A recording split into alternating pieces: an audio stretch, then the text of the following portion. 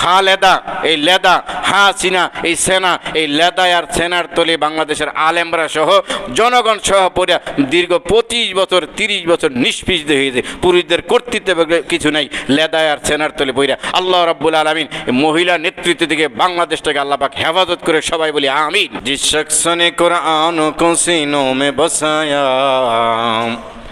जिस शख्स ने कुरान को सीनों में बसाया, फिरदौस मोहल्ला में मका उनको बनाया, फिरदौस मोहल्ला में मका उनको बनाया।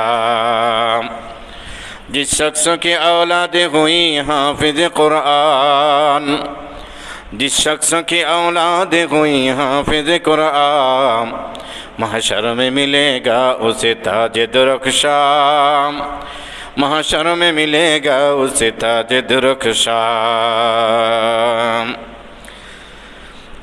আলহামদুলিল্লাহ। সম্মানিত মুসলিম کرام, আল্লাহ সুবহানাহু ওয়া দরবারে শুকরিয়া আদায় করছি। পরওয়ারদিগার আলম সবার আগে এনে পৃথিবীর সর্বশ্রেষ্ঠ জায়গায় বসিয়েছেন, তিনার দরবারে শুকরিয়া আদায় করছি আলহামদুলিল্লাহ।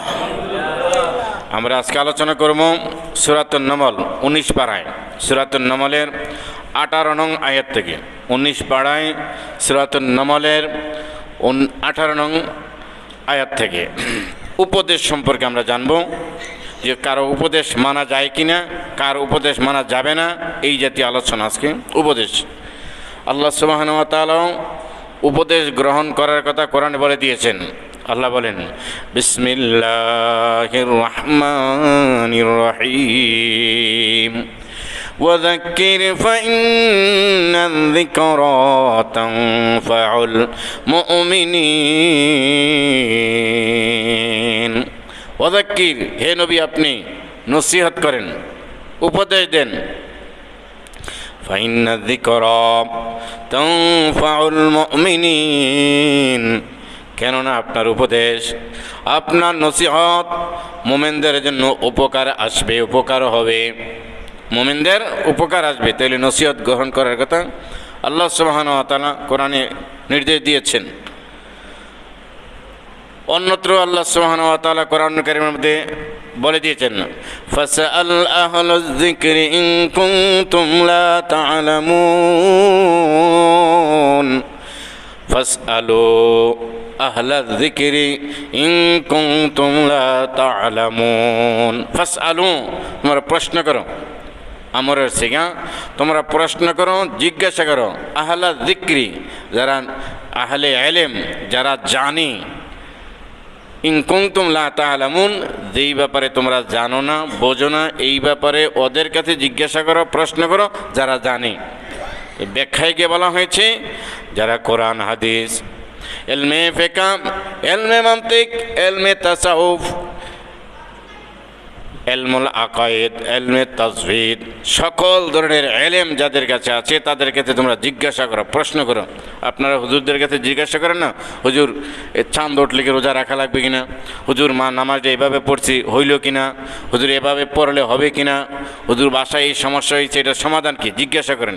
এই জিজ্ঞাসা করার কথা, জানার কথা, নসিহত দেওয়ার কথা, নসিহত শোনার কথা আল্লাহ সুবহানাহু ওয়া তাআলা কোরআনে বলে দিয়েছেন। এই নসিহত নিয়ে আলোচনা করব।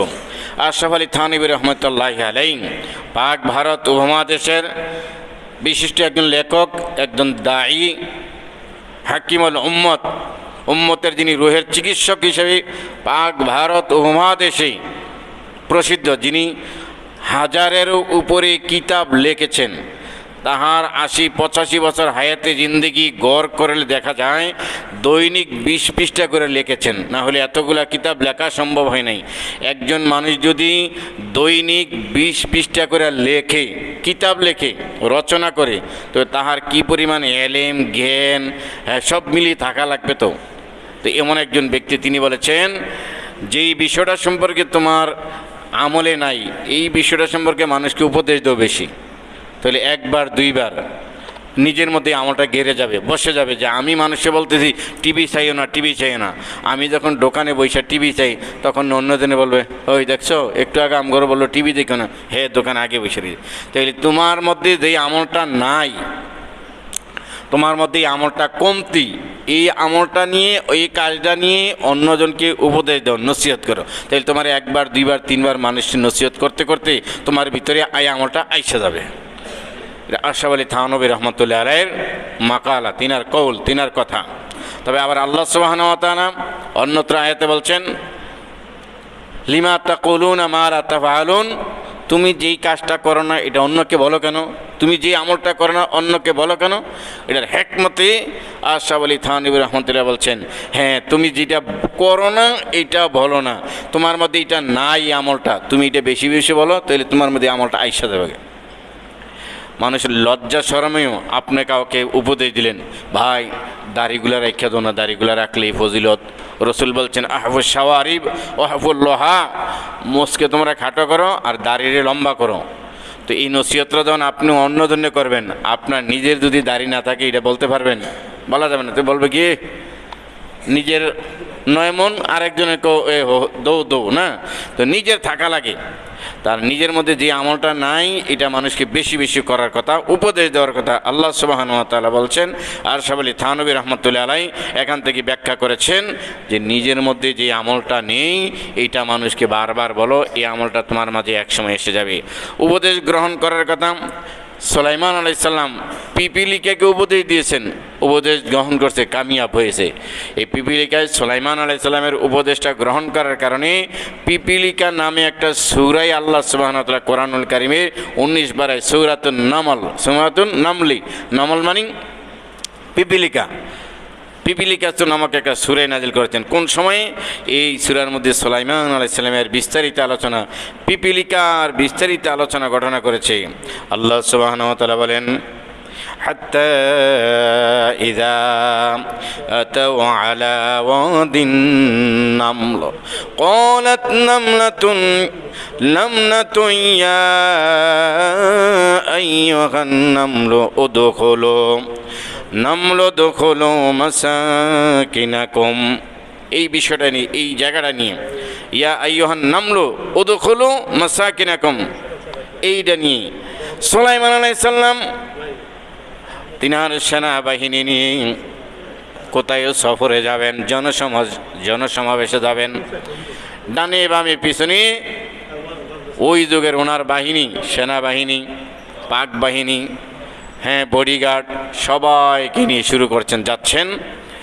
সুলাইমান আলাইহিস সালামকে দেখি পিঁপড়ার যে সর্দার, পিপিলিকাদের একটা লিডার আছে, কমান্ড আছে। এটা রাসূল সাল্লাল্লাহু আলাইহি সাল্লামের সুন্নত যে কোনো জায়গায় যদি সফরে যাও, কোনো জায়গায় হয়, তোমরা যদি 2জন 3জন লোকে থাকে, একজনটা আমির বানাও। আমির মানে লিডার, কমান্ডার, অধিনায়ক, পরিচালক, যে ওনার আন্ডারে তোমরা চলবা, এই সফরটা করবা। এটা আল্লাহ সুবহানাহু ওয়া তাআলার নির্দেশ। ওয়া আমরুহুম বাইনাহুম শুরা, নবীজি সাল্লাল্লাহু আলাইহি সাল্লামের নির্দেশ।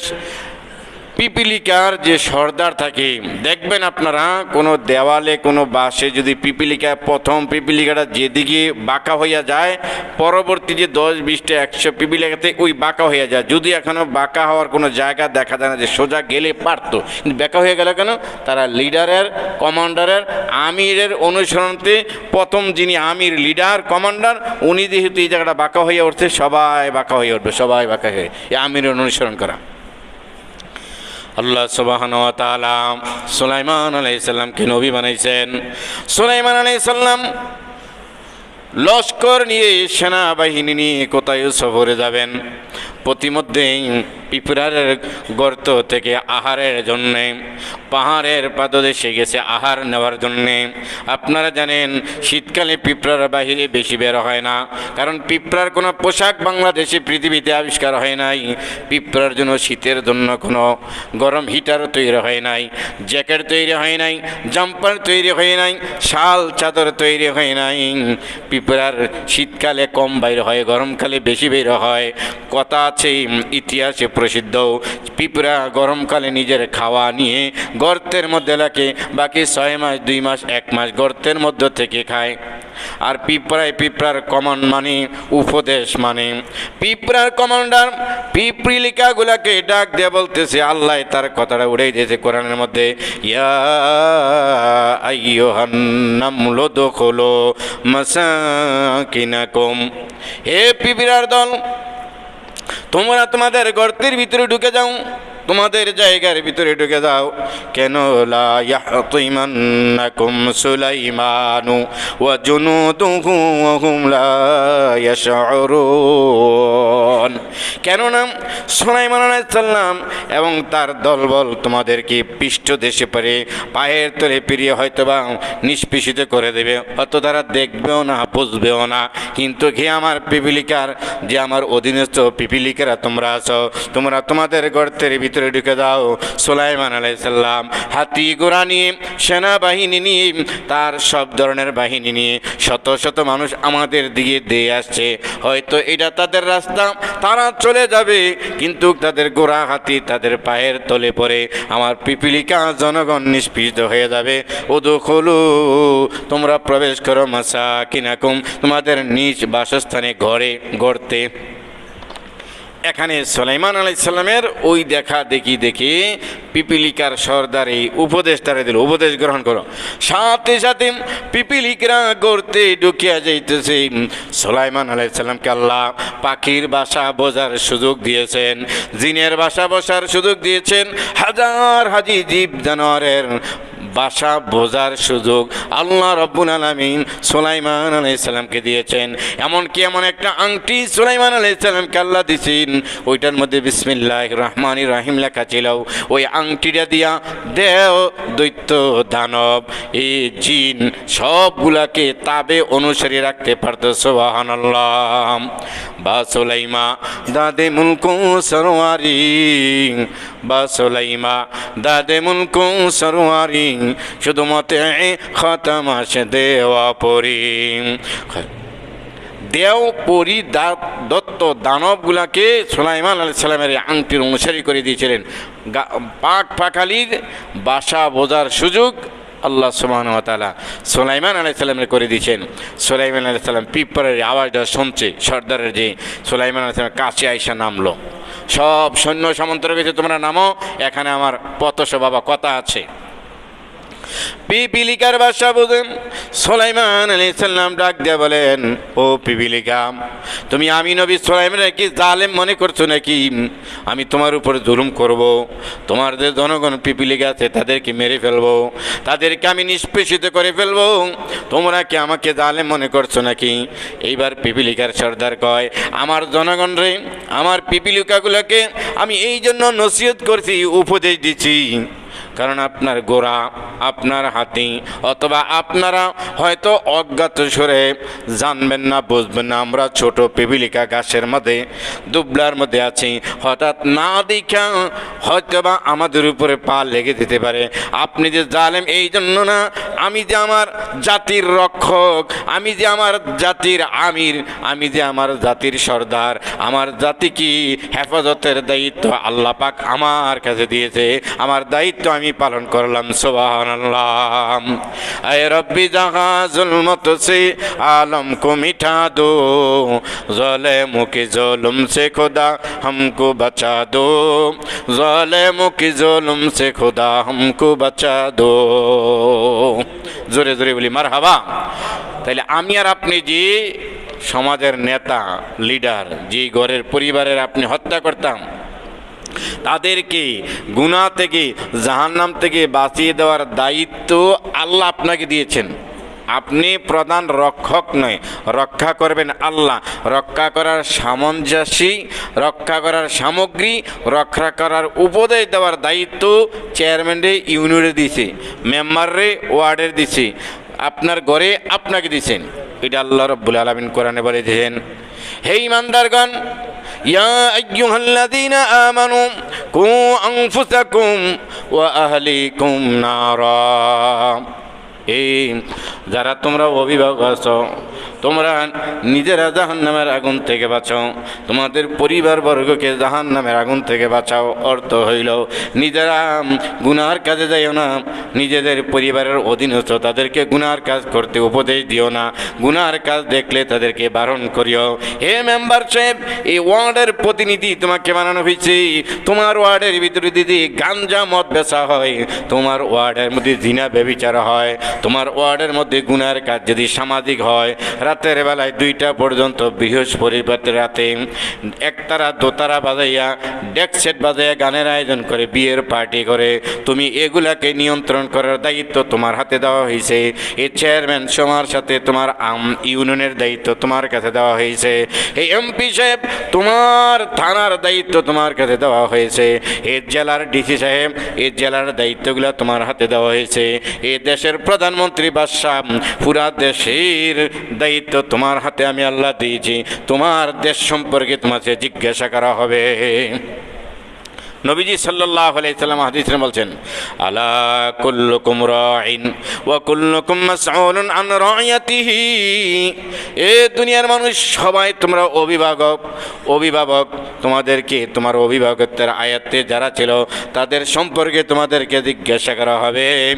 তোমার যে 4 জন ছেলে ছিল, 3 জন মেয়ে ছিল, তোমার 2 জন ছেলে ছিল, 2 জন মেয়ে ছিল, তারা কোন পথে তাদেরকে তুমি পরিচালনা করছো?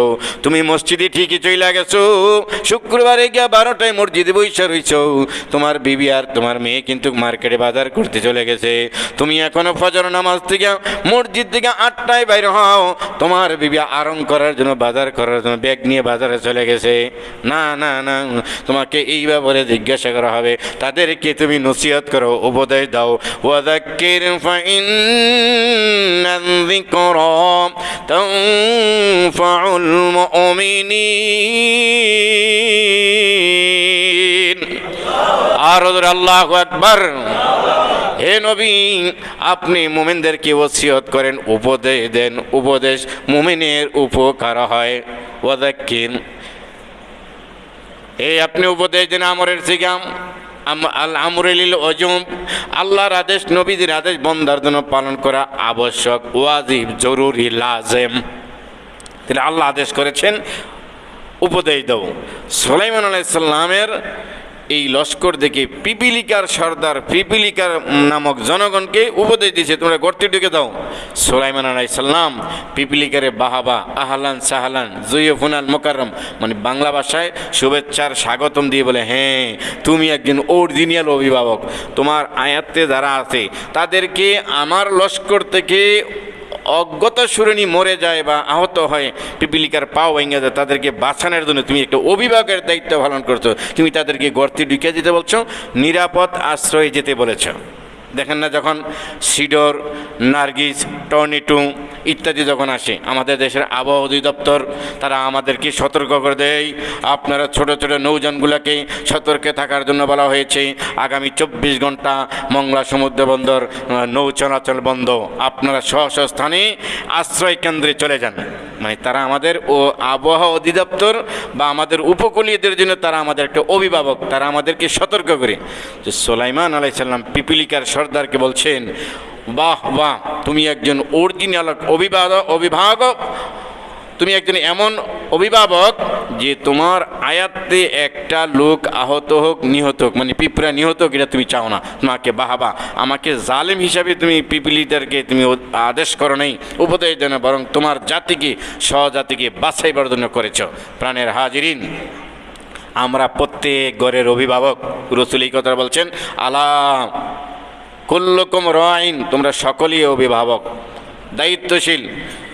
ওয়াকুল্লুকুম মাসউলুন আন রাইয়াতিহি, প্রত্যেক তার অভিভাবকত্ব তোমার যে আয়াতে যে লোকগুলো আছে তাদেরকে কিভাবে পরিচালনা করেছো। মসজিদ কমিটির সভাপতি, মাদ্রাসা কমিটির সভাপতি, সেক্রেটারি, তারা হইল এই প্রতিষ্ঠানের অভিভাবক। তারা যদি ভালো উপদেশ দিয়া প্রতিষ্ঠানগুলোকে না চালায়, তাদেরকেও আল্লাহ জিজ্ঞাসা করবে, টাকা তো মহল্লায় দিয়েছিলাম কিন্তু প্রতিষ্ঠানগুলো ভালোভাবে চালাও নাই, প্রতিষ্ঠানের হক আদায় করা নাই, সভাপতি সেক্রেটারি হইয়া বৈশা রইছ, খতিব হইয়া বৈশা রইছ, ইমাম হইয়া বৈশা রইছ, তোমাদের দায়িত্ব তোমরা পালন করো নাই। এই মহল্লা, এই দুইটা প্রতিষ্ঠানের দায়িত্ব সম্পর্কে তোমাদেরকে জিজ্ঞাসা করবো, এখন জবাব দাও। যদি হকভাবে আদায় করে থাকে ডাবল রিডাবল একবারে সওয়াব পাইব, যদি হক মতো আদায় না করে থাকে খেসারাও দেওয়া লাগবে। সবাই, সারা বাংলাদেশের প্রতিষ্ঠান, আবার শুধু এই মসজিদের সভাপতি সেক্রেটারির কথা কইেন না, পুরা বাংলাদেশে যেই এলাকার অভিভাবক, নেতা, পরিচালক, ওনার আন্ডারে এই মহল্লাটা, এই এলাকাটা, এই মাদ্রাসাটা, এই মসজিদরা চলে, ওনাকে এইটা সম্পর্কে জিজ্ঞাসা করা হবে। তাহলে একজন পিপিলিকা হয়ে পিপিলিকাকে ও উপদেশ দিয়ে নসিহত করে পিপিলিকাকে বাঁচাইছেন। সুলাইমান আলাইহিস সালাম উপদেশ গ্রহণ করার কারণে পিপিলিকারা সবাই গর্তে চলে গেছে, বাহবা দিয়েছে।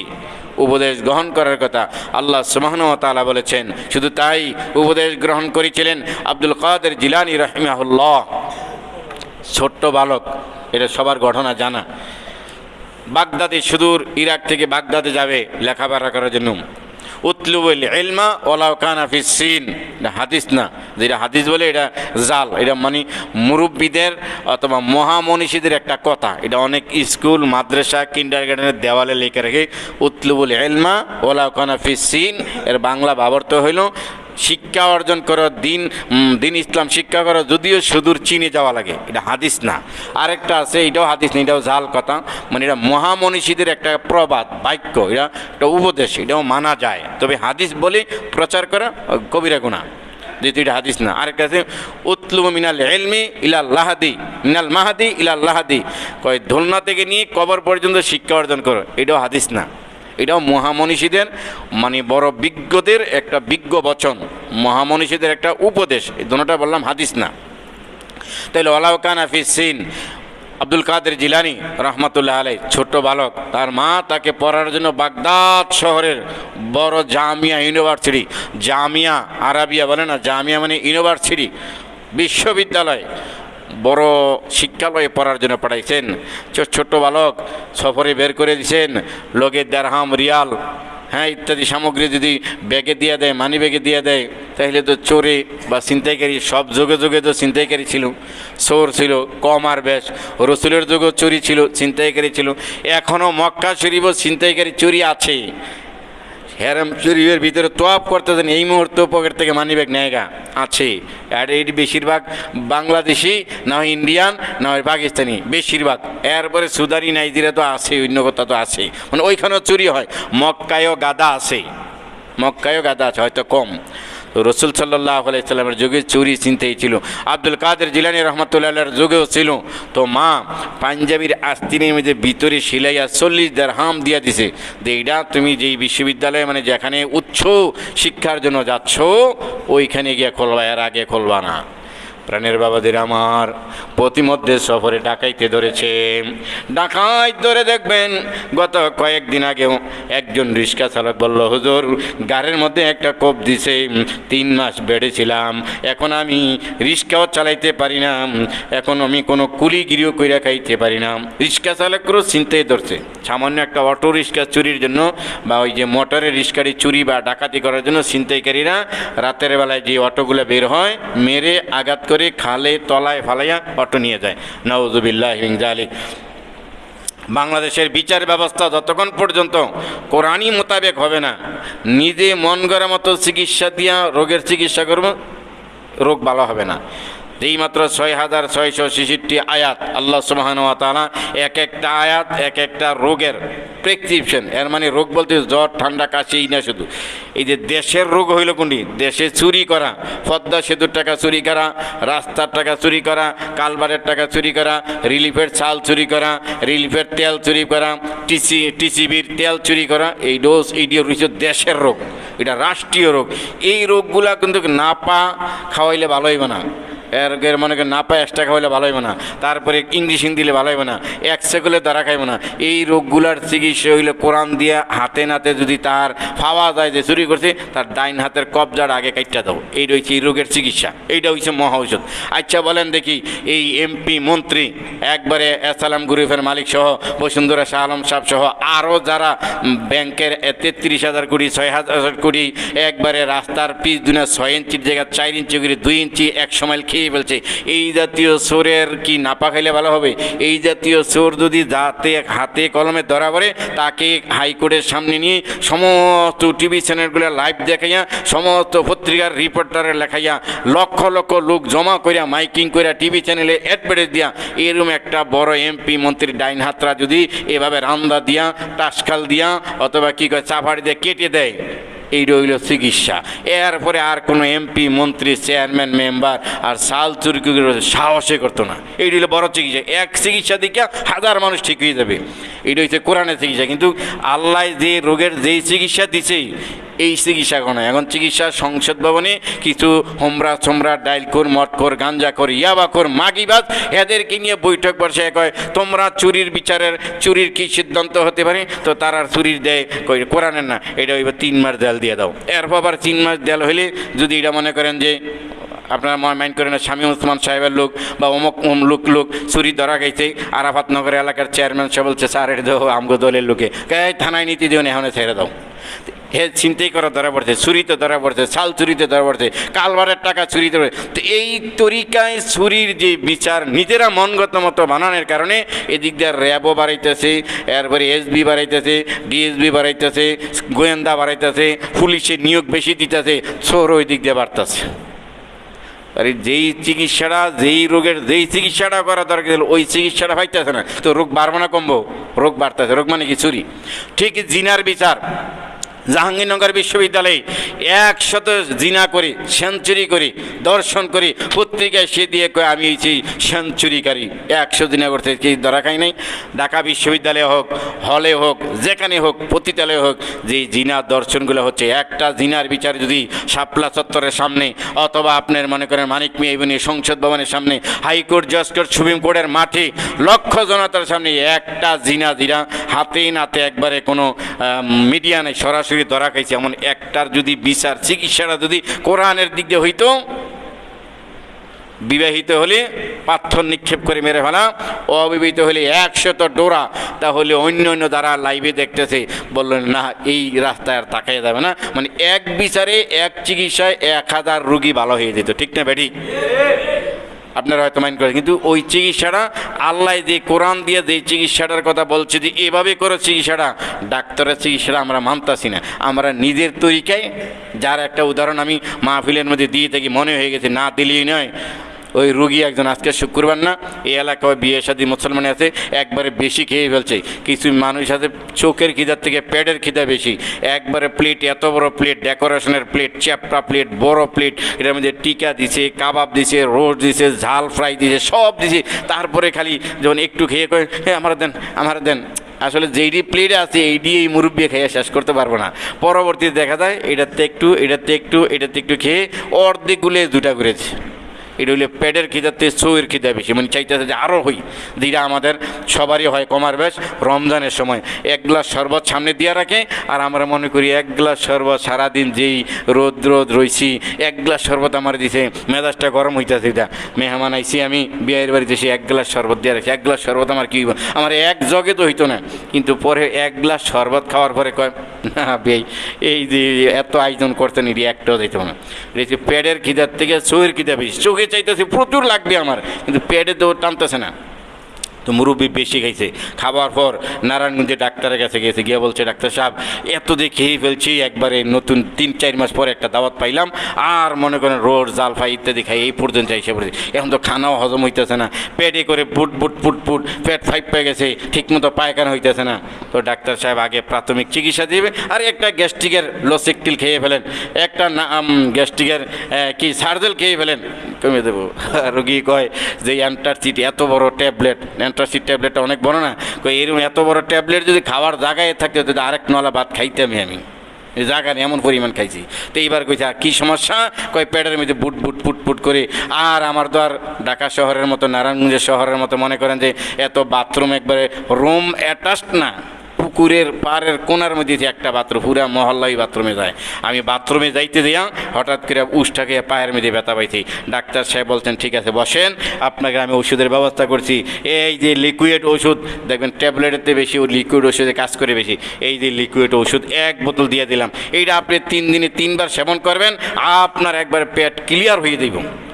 তো ওষুধের গায়ে তো সব ইংলিশ লেখা, আপনি বুঝবেন কেমনি? এই যে আমার অ্যাসিস্ট্যান্ট একটা চক দিয়ে খড়ি মাটি দিয়ে দাগ দিয়ে এই এক দাগ, এই দাগ দিয়ে দিলাম, এই এক দাগ পর্যন্ত একদিনে খাইবেন। দ্বিতীয় আরেকটা দাগ দিয়ে দিলাম, এই দাগ পর্যন্ত দ্বিতীয় দিন খাইন। আরেকটা দাগ দিলাম তৃতীয় দিন, তৃতীয় দাগ খাইলে বোতল শেষ হয়ে যাব। এই 3 দিনে ওষুধ খাইয়েন, দেখবেন আপনার পেট একবার ক্লিয়ার, একবারে নর্মাল হয়ে যাব। আর কি পায়ের সমস্যা? ঠিক আছে, পায়ের সমস্যার জন্য একটা ক্রিম দাও। বেক্সিমকো কোম্পানির, স্কোয়ার কোম্পানির ক্রিম মলম দিয়ে বলছি, এই মলমটা যেই জায়গাটার মধ্যে উষ্টা খেয়ে ব্যথা পাইছেন ওই জায়গাটার মধ্যে সকাল বিকাল বড়া ফেটে মালিশ করেন। রুগী ডাক্তারের মত, ডাক্তারের চিকিৎসা দিতে একমতো, রুগী বাড়িতে এসে নিজের মন করার মতো চিকিৎসাগুলো সেবন করতেছে, চিকিৎসাগুলো লইতেছে। ডাক্তারের থিওরি থিম না মানার কারণে যেই তরিকায়, যেই পদ্ধতিতে মরার আগ পর্যন্ত এই তরিকায় পদ্ধতিতে চিকিৎসা করলে কেয়ামত পর্যন্ত লুক মরে দেবো, কিন্তু পেট ভালো হইতো না, মানে অসুস্থতা ভালো হইব না। কি করছে রুগী? ওই যে ডাক্তার সাহেব যে চক দিয়ে দাগ দিয়ে দিছে, একটা চকের দাগ জিব্বা দিয়ে 4টা খাইছে, এখনো বোতলের মুখ খোলে নেই। ডাক্তার বলছে 3 দাগ 3 দিনে খাইবেন। এক দাগ চক দিয়া, চকের দাগটা 4টা খাইছে, এখনও স্কোয়ার কোম্পানির, বেক্সিমকো কোম্পানির যে ওষুধের বোতলের মুখ সিপি এটা খোলে নেই। দ্বিতীয় দিন দ্বিতীয় চকের দাগটা খাইছে, তৃতীয় দিন তৃতীয় চকের দাগ খাইছে, বোতলের উপর দিয়ে দেখে একটা চকের দাগ বাকি নেই। পুরা 3 দিনে 3 দাগ খাওয়া শেষ। পেটের ব্যথা, ফুলা, পাতলা পায়খানা ভালো হয় নাই। ডাক্তারের কাছে প্রেসক্রিপশন লিয়ে গেছে, নারায়ণগঞ্জে ফালাই গেছে, ওই মেয়ে আপনারা ডাক্তারও না, ডাক্তারে যাতো না। কয় কী হয়েছে? কয় আপনার ওষুধ 3 দিন সেবন করলাম, আমার পাতলা পায়খানা, আমার পেটের ভাপা ফপা কিছুই কমে নেই। ডাক্তার মনে ভাবছে হয়তো মুরব্বী মানুষ, হয়তো এই পাওয়ার কম হয়েছে, এটার বাদ দিয়ে অ্যান্টিবায়োটিক আবার পাওয়ারফুল দিই, 100 mg দিতে, 500 mg দিতে পারে, 1000 mg দিতে হইব। ডাক্তারকে দেখি বোতল দেন, ওইটা ফেরত দেন, ওইটা রেখে দেন, বাকি আরেকটা দিতেছি। ডাক্তার ওষুধের বোতল হাতে লিয়ে দেখতেছে, কী ব্যাপারে এখন যদি বোতলের মুখে খোলেনি নেই, ওষুধ খাইলেন, পুরো ওষুধ রয়েছে। রুগী, আপনি তো একবারও বলেন নাই যে ওষুধের বোতলের মুখ খুলতে হবে। আপনি তো বলে দিয়েছেন যে 3 দাগ দিলাম, 3 দাগ 3 দিনে খেয়ে শেষ করলাম। আমি যে 3টা দাগ খাইয়ে শেষ করলাম, রোগ তো আমার ভালো হয়েছে না। ডাক্তার দাগ দিয়ে বলে এই তরিকায়, এই পদ্ধতিতে মরার আগ পর্যন্ত ওষুধ খেলেও সেবন করলে আপনার রোগ ভালো হবে না। আমি ডাক্তার যেই পদ্ধতিতে বলছি, আমার উদ্দেশ্যটা ছিল যে ওষুধের বোতলের মুখ খুলবেন, ঢাইলা পরে আপনি অর্ধেক খাইবেন, এরপরের দিন অর্ধেক খাইবেন, এরপরের দিন শেষ করবেন। আল্লাহ সুবহানাহু ওয়া তাআলার উদ্দেশ্য হলো কোরআনুল কারীম দিয়ে সমাজ চালাইবা, সমাজের বিচার, হাইকোর্টের বিচার, জজ কোর্টের বিচার, সামাজিক বিচার, মেম্বার কোর্টের বিচার, চেয়ারম্যান কোর্টের বিচার আমার প্রেসক্রিপশন অনুযায়ী করবা, তো হইলে রোগ থাকবে না। তো তোমরা নিজেরা মন গড়া মতো, ওই বুড়ার মতো নিজে মন গড়া মতো চিকিৎসা নিচ্ছ, এমনি কেয়ামত পর্যন্ত র্যাব বাড়াইতে পারবা, ওর রোগী কমবো না, পুলিশ বাড়াইতে পারবা, ছিনতাইকারী করবে না, ডিবি বাড়াইতে পারবা, তোমার দর্শন কমবে না, সব বাড়াইতে পারবা। তোমার ইকপিদিন করবে, এই যে দেশের মহামারী রোগগুলা, এগুলা কমবে না যত করে ডাক্তারের প্রেসক্রিপশন অনুযায়ী রোগের চিকিৎসা করা না হয়। ঠিক না বে ঠিক? প্রাণের ভাইয়ের আমার, একবারে সংক্ষেপ। ডাক্তার সাহেব তারপরে বলতেছে, রোগী তো খুব বেতাইলা রোগী, এই চিকিৎসা করলে তো আমার নারায়ণগঞ্জের আরাফাতনগর এলাকায় বদনাম পড়ে যাবে যে এই রোগের 500 টাকা যে চেম্বারে গিয়া ওষুধ আনলাম, পাতলা পায়খানা এবার ভালো করতে পারলো না। তাইলে কি রোগ দোষ তো ডাক্তারের না, রুগীর দোষ। রুগীর যেই সিস্টেমে কইছে সেই সিস্টেমে খাই নাই। আজকে পায়ের অবস্থাটা কি একটু দেখান্ত দেখি। রোগী কয় পায়ের অবস্থা দেখাইতে হইলে বাড়িতে যাওয়া লাগবো। আরে কি বেতাইলা রুগী, বাড়িতে যাবো কেন? কয় পায়ের ব্যথা দেখাইতে হলে আমার বাড়িতে দিতে হবে। ডাক্তার হয়তো মনে ভাবছি আমদর মহলে হয়তো কোনো জায়গায় ব্যথা পাইছে, চেম্বারে এত লোক বসা, লুঙ্গি খুলে আবার দেখাই বা কেমনি মুরব্বী আসেন আপনার আগে চিকিৎসা করে, আপনি ওই এলাকায় ভালো নইলে আমার রুগীও আসবে না, ওই এলাকার মধ্যে বদনাম ছড়াই দেবো, আপনার আগে সুস্থ করার চেষ্টা করি। আইসা এলাকায় আইসা রুগী তো আইসা ঘরের যাইব, রুমে যাইব, রুগী ঘরে না আইসা ওই যে চিকুন আইল দিয়ে পুকুরের পাড়ের দিকে যাইতেছে, পুকুর পাড়ে যাইতেছে। আর ডাক্তার বলে দাঁড়িয়ে মেয়ে রাখেন, আমার চেম্বারে রুগী বসা আছে, আপনি পুকুরের পাড় দিয়ে, এই তো সময় আমার নেই, আপনি ঘরে ঢুকেন, আগের দেখান পায়ের অবস্থাটা কি, ফুলা ফালা বা ভাঙ্গা মশলা কমছে কিনা। কয় ডাক্তার আসলে কথা কি, আপনি যে কইছেন ব্যথা যেই জায়গায় পাইছি, ব্যথায় তো আমি পুকুরের পাড়েই পাইছি। কই মানে ওই যে তেঁতুল গাছটা দেখছেন না বড়টা, বট গাছটা, এই বট গাছটার গোড়ার মধ্যে শিকড়টি দেখছেন কত পেছানো, এই শিকড়টির মধ্যে আমি বাথরুমে যাইতেছিলাম টয়লেটে, এই শিকড়ের মধ্যে আছাড় খেয়ে ব্যথা পাইছি পায়ের মধ্যে। তার আপনি কইছিলেন যে যেই জায়গায় উষ্টা খেয়ে ব্যথা পাইছেন ওই জায়গার মধ্যে সকাল বিকাল 2 বার বড়া ফেটে গিয়ে ওষুধটা মালিশ করেন। আমি তো সকালে ভাত খাওয়ার পরে কতক্ষণ মলম টিপটা নিয়ে যেই শিকড়টা উষ্টা গেছে আমার মনে আছে, ওই শিকড়টার মধ্যে মালিশ করি কতক্ষণ, আবার বিকালে এই সিস্টেমে মালিশ করি, কিন্তু 3 দিন মালিশ করলাম, পায়ের ব্যথা তো বন্ধ হয় নাই। ডাক্তার বলে কিয়ামত পর্যন্ত এই পদ্ধতিতে এই নিয়মে চিকিৎসা করলে আপনার রোগ ভালো হবে না। আমার উদ্দেশ্য ছিল আমি ডাক্তার আপনারা যেভাবে সাজেস্ট করেছি, উপদেশ দিছি, আপনারা আমি উপদেশ দিছিলাম যে ওষুধ লইবেন, যেই জায়গাত মানে যে হাঁটুর যেই জায়গাটা ব্যথা পাইছেন এই জায়গাটার মধ্যে মালিশ করবেন, আপনি গিয়ে শিকড়ে বা মালিশ করতেছেন। ঠিক তদ্রূপ আল্লাহ সুবহানাহু ওয়া তাআলা আমাদেরকে যেভাবে উপদেশ দিয়েছেন, নবীজি আমাদেরকে যেভাবে উপদেশ দিয়েছেন, এভাবে যদি আমরা মানতাম, পড়তাম, রাষ্ট্র চালাইতাম, তো দেশে এই চুরির জন্য এত লোক আয়না করে নেওয়া লাগতো না। বর্তমানে চুরির জন্য দেশ ফালাইতে হইতো না, চুরির জন্য মানুষের কেমনি গিয়ে কানে ধরে মাপ চাওয়া লাগতো না, চুরির জন্য জেলখানা বাড়া লাগতো না। কেন? চোরের চিকিৎসা ভালো হইতেছে, চোর আর বাড়ে না, মানে রোগ বাড়তেছে না। জিনার চিকিৎসা ভালো হইতেছে, জিনা বাড়তেছে না।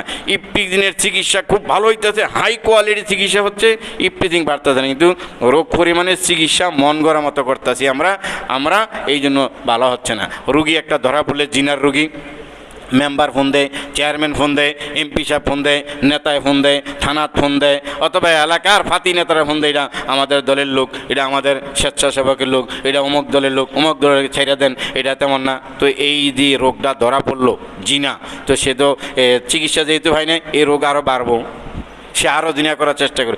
এইভাবে দেশের রোগ হইল জিনা, চুরি, বেবিচার, লুণ্ঠন, মদখোর, গাঞ্জাখোর, ইয়াবাখোর, ধর্ষণ, রাস্তার টাকা চুরি করা, রিলিফের টাকা চুরি করা, হসপিটালের বাজেট চুরি করা, তারপরে আন্তর্জাতিক অঙ্গনের বর্ডারের টাকা চুরি করা, তারপরে শেয়ার বাজার চুরি করা, হলমার্ক কেলেঙ্কারি করা, পোল থেকে রাস্তা থেকে 6 ইঞ্চি ডালাই হওয়ার কথা, এনতে 2 ইঞ্চি উদাও, 4 ইঞ্চি করে ডালাই হয়েছে। তারপরে পদ্মা সেতু BSMM রড দেওয়ার কথা, এটা KSRM দিয়েছে, PSRM দিয়ে দিছে। এটা ডালাই হওয়ার কথা 1000 বস্তা সিমেন্ট দিয়া, এটা 700 বস্তা দিয়ে সিমেন্ট দিয়ে ডালাই হয়েছে। আর যিনারা লেখক সবাই একবারে, যে শ্রমিক আছে সে থেকে নিয়ে একবারে হেড অফ দ্য ডিপার্টমেন্ট সে পর্যন্ত কমিশন টাকা খায়। তাহলে এই জন্য দেশের চুরি রোগগুলা ভালো হইতেছে না। চিকিৎসা করে কেডায়?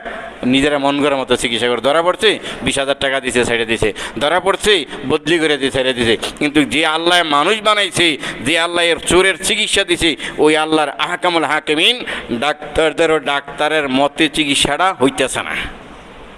এই জন্য আগামীর বাংলাদেশ কোরআনের বাংলাদেশ, আগামীর বাংলাদেশ ইসলামের বাংলাদেশ, আলেম ওলামাদের বাংলাদেশ, ইনসাফগারদের বাংলাদেশ বলে আমরা আল্লাহর কাছে আশাবাদী, আমরা দোয়া করছি, আমরা চেষ্টা করি আল্লাহ রাব্বুল আলামিন বাংলাদেশের মধ্যে একটা ইনসাফগার, ন্যায় নিষ্ঠাবান, চুরি চামারি ছাড়া, যারা মদের লাইসেন্স দেয় এমন লোক ছাড়া, বিশেষ করে কোনো মহিলা নেতৃত্বে যে তার কোনো পুরুষ বাংলাদেশে না আসে, এই জন্য আমরা দোয়া করি, চেষ্টা করি। লাইসালিল ইনসাল ইন্নামা সাআ, মানুষের চেষ্টার ঊর্ধ্বে হয় না, মান জাদ্দা ওয়াজাদা, যারা চেষ্টা করে সে পেয়ে যায়। আমরা দোয়া করি, চেষ্টা করি।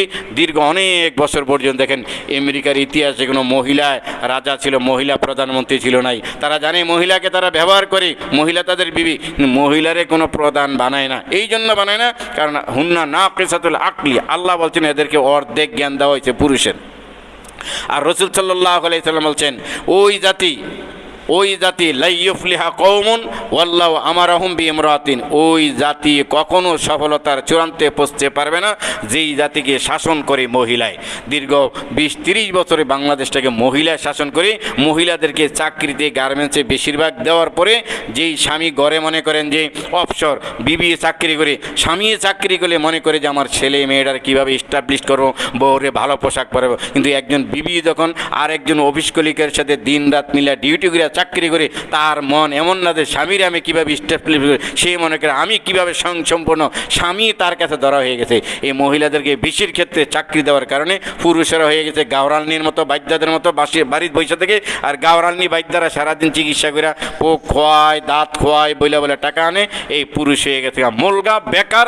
এখন পুরুষ হয়ে গেছে বেকার, মোলগা, আর মহিলা হয়ে গেছে রাজত্ব।